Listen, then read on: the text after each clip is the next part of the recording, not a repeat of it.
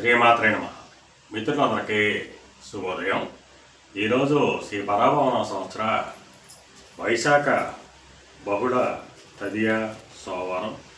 ఈరోజు అనురాధ నక్షత్రం ఉదయం 8:04 వరకు ఉంది. తదుపరి జ్యేష్ఠ. ఈరోజు మే 4, 2026 తేదీ సోమవారం. ఈరోజు దుర్ముహూర్తం మధ్యాహ్నం 12:22 అయితే 1:13 వరకు ఉంది.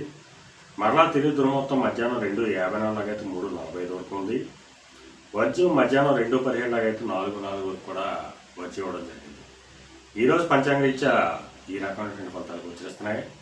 అలాగే ఈరోజు నక్షత్రాలైనటువంటి అనురాధ, జ్యేష్ఠ నక్షత్రాలు ఎవరికి తారాబలం కలుగుతుందని మనం పరిశీలించినట్లయితే అశ్విని, మక, మూల ఈ నక్షత్రంలో జన్మించిన మన మిత్రులందరికీ కూడా ఈరోజు నక్షత్రాలైనటువంటి అనురాధ, జ్యేష్ఠ నక్షత్రాలు అనుకూలంగా ఉంటాయి. అందువలన ఇప్పుడు ఎప్పుడైనా నక్షత్ర జాతకులందరికీ ఈరోజు శుభకరంగా ఉండే అవకాశం ఉంది. అలాగే ఈరోజు రాశిఫలాలను మనం పరిశీలించినట్లయితే మేషరాశిలో జన్మించిన వాళ్ళకి అనారోగ్య సూచన, ధనవ్యయం కలుగుతుంది. వృషభ రాశిలో జన్మించిన వాళ్ళకి కలత్రపూర్వక ధనలాభం కలుగుతుంది. మిథున రాశిలో జన్మించిన వాళ్ళకి కార్యజయం కలుగుతుంది. అలాగే శత్రుభయం కలుగుతుంది.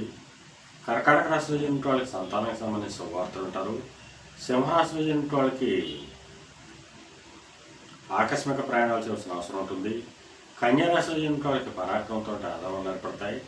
తులారాశిలో జన్మించిన వాళ్ళకి ధనోదయం వృద్ధి చెందుతుంది. వృశ్చిక రాశిలో జన్మించిన వాళ్ళకి ఆరోగ్యం చేకూరుతుంది. ధనురాశిలో జన్మించిన వాళ్ళకి అనారోగ్య సూచన, ధనవ్యయం, కార్యటంకాలు ఏర్పడతాయి. మకర రాశిలో జన్మించిన వాళ్ళకి చేసేటువంటి వ్యాపారాలు లాభసాటిగా సాగుతాయి. కుంభరాశిలో జన్మించిన వాళ్ళకి ఉద్యోగ అవకాశాలు పెరుగుతాయి. మేన రాశిలో జన్మించిన వాళ్ళకి పితరాజితానికి సంబంధించిన శుభవార్తలు ఉంటారు. ఈరోజు ద్వాదశ రాశి యొక్క ఫలితాలు ఈ రకంగా తిరిగేయడం జరిగింది. అలాగే ఈరోజు వైద్య రంగంలో ఉన్న వాళ్ళకి కానీ, జీవ సంబంధ వ్యాపారాలు చేసిన వాళ్ళకి కానీ, మత్తుపానీయాలు కైవెట్టాలు చేసిన వాళ్ళకి కానీ, పండితులకు కానీ అంటే పాండిత్య ధనార్జన చేసిన వాళ్ళకి, లాయర్లకు కానీ, లేఖర్లకు కానీ, విలేకరులకు కానీ, ఆడిటర్లకు కానీ ఈరోజు మిక్కిలి శుభదాయకంగా లాభదాయకంగా అవకాశం ఉంది. ఈరోజు పంచాంగరీత్యా ఈ రకమైనటువంటి ఫలితాలు గోచరిస్తున్నాయి. అలాగే ఈరోజు సోమవారం. అందువలన ఆ చంద్రశేఖరుణ్ణి, పరమేశ్వరుణ్ణి ఆవు పాలతో అభిషేకించినట్లయితే సర్వసంపదలు కలుగుతాయని చెప్పి శాస్త్రీత్యా తెలియజేయడం జరుగుతుంది.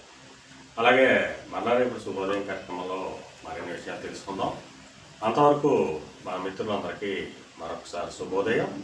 ఇట్లో మీ పెద్దబాబు సిద్ధాంతి కొలల మామిడి.